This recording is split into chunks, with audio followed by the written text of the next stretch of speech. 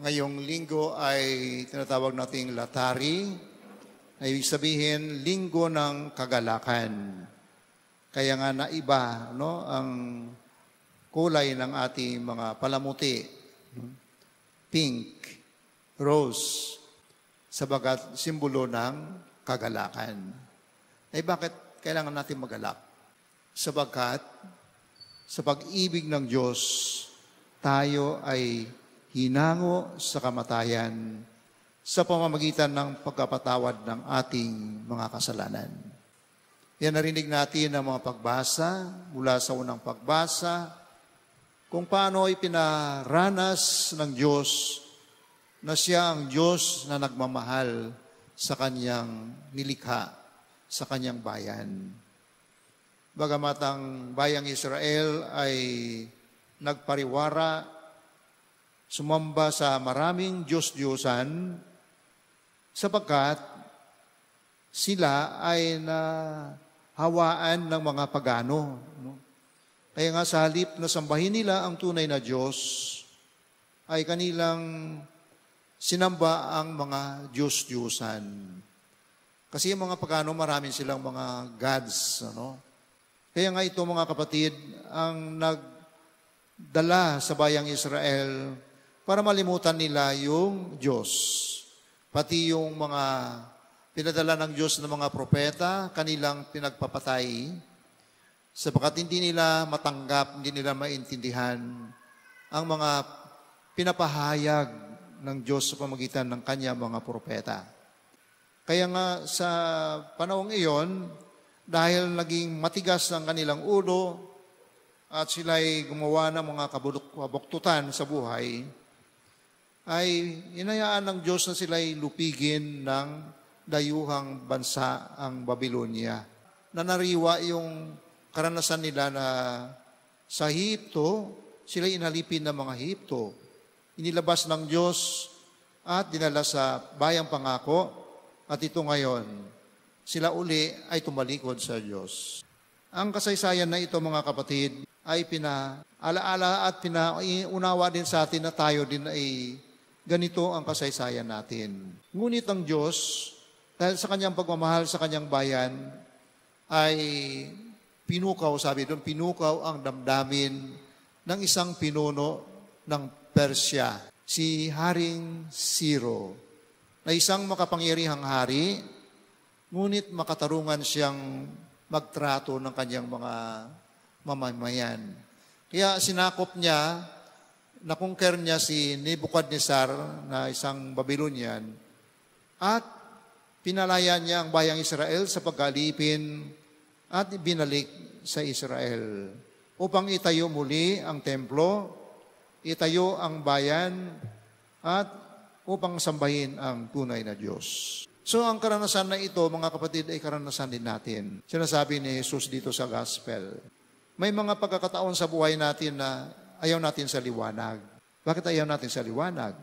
Kasi meron tayong mga sekreto na ginagawa natin mga bagay na hindi alam ng iba. Na siguro dito, kahit kayo, hindi alam ng asawa mo kung anong pinagagawa mo. Ayaw mo mahiyayag. Kasi ikaw ay parusahan. Kasi kung ihayag natin yung totoo, maari ikaw ay takwil. Pero mapapalaya ka. Hindi masaya ang mamuhay ng hindi ka malaya.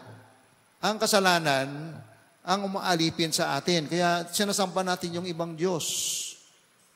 Binanggit ko nga doon, yung Diyos ng kayamanan, Diyos ng karangyaan, yung Diyos ng mga kasaganaan.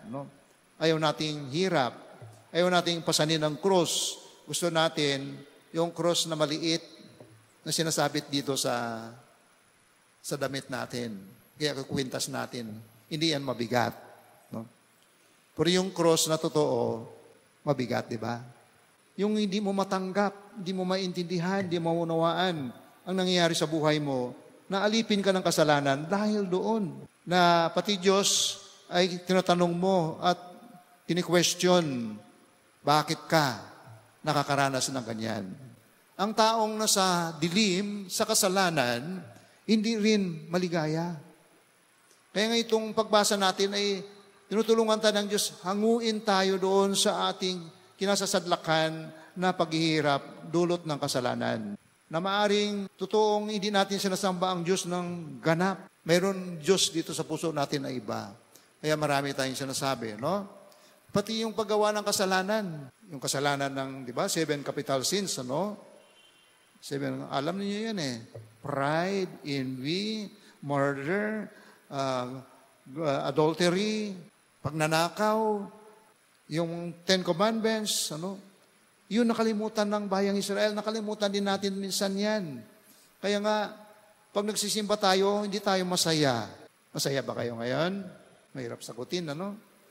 Kasi baka dala-dala mo dyan sa puso mo yung problema mo, yung galit mo sa kapwa mo, o ano pang mga gumugulo sa isip mo, ano? Na hindi ka masaya. Kasi walang liwanag. Kaya nga itong gospel, sabi ng Panginoon, kung paano itinaas sa ilang si Kristo, yung ahas, simbolo ni Kristo, no? Ang tumitingin doon sa ahas, naliligtas, karoon ng buhay, gumagaling, nahilom yung kanilang sakit, gamot para sa kanila yung ahas na sumusimbolo sa ating Panginoon. Sapagkat hindi naahas ang tinaas ng Diyos ang anak niya nakapako sa krus.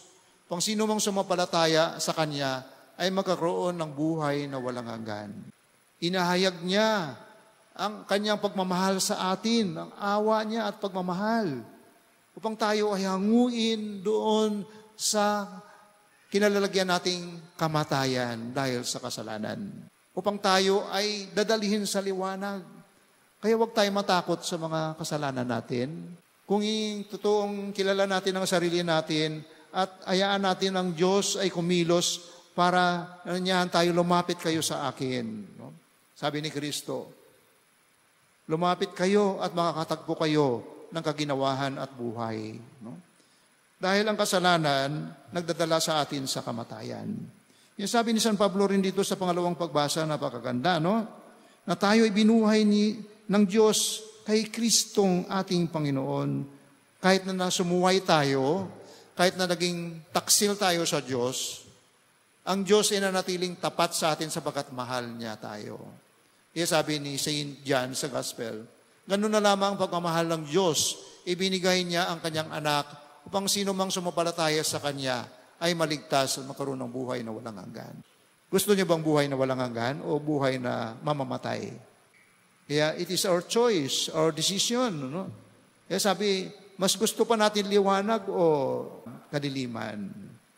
So yung ayaw sa liwanag, ayaw kay Kristo, ay nahatulan yung kanyang sarili, hindi ang Diyos na gumahatol sa Kanya. Kasi ang Diyos hindi tayo hatulan eh. Ikaw ang umahatol sa kamatayan mo para sa kamatayan mo, sapagkat hindi mo tinanggap si Kristo. Kaya sabi, hinatulan na sa mundong ito ang sinumang hindi tumatanggap sa liwanag na si Kristo. So itong dapat nating kakasiya. Kahit na nakasala tayo ng matindi, huwag tayong matakot na lumapit sa Diyos, papatawarin po tayo. Dahil mahal niya tayo. Naniniwala tayo, ay humingi tayo ng tawad na mayroong kababaang loob. Hindi yung nagmamatigas ka na, ikaw na nga yung nakasala, mamatigas ka pa rin. No? So, sino ang susundin mo? Diyos o ang Diyos ng sarili mo? Kaya matuwa kayo, kahit nakakaranas kayo ng iba-ibang klase ng paghihirap, aminin mo ang pagkakamali mo. Kaya ang pagsisisi at paghingi ng tawad ay mahalaga. Hindi lang basta humingi ng tawad, di ka naman nagbabago. Sinong tutulong sa iyo? Wala. Kahit ang Diyos walang magawa sa iyo, no?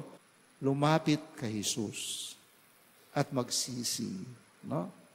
Magbagong buhay. Yan yung kailangan natin ipagpasalamat sa Diyos.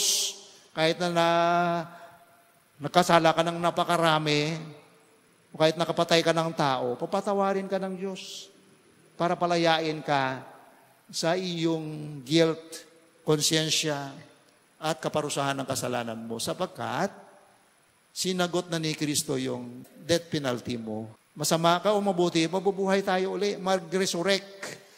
Pero, ang problema, mag-resurrect tayo lahat, mayroong pupunta sa impyerno, mayroong pupunta sa langit. Kung ikaw yon, buhay ngayon, ikaw pa rin yung mabubuhay na maguli. But those who live and die with Christ are the only ones who join Christ. Sila lang yung isasama ni Kristo. O maiwan kayo sa biyahe kapag hindi kayo nagsisi ngayon. Yan ang ibig sabihin niyan. Kaya huwag kayong matakot kung nakasala kayo, aminin nyo. Kung hindi mo kayo papatawarin ng Diyos, ng kapwa ninyo, papatawarin kayo ng Diyos kasi nagsisi ka eh. Magbabago ka na ng buhay eh. So yun ang mabuting balita. Tayo ay magpasalamat. Nawa itong salita ng Diyos na ito na ibinigay, pinagkaloob sa atin ngayon, ihanda tayo para sa celebration ng Easter. Kasi ang pagdiriwang natin ay muling pagkabuhay ni Kristo sa darating na mga linggo. Paano tayo mabuhay na maguli kung hindi tayo nagsisi sa kasalanan natin para mabuhay din kasama ni Kristo? Walang resurrection kung walang kamatayan sa kasalanan natin. So huwag niyong patayin yung kapwa, patayin niyo yung kasalanan. Put to death the sin in you. Ang kasalanan sa atin ay hayaan nating mamatay kasama ni Kristo sa pagpapatawad niya sa atin. At tayo ay mabuhay na maguli kasama ni Kristo.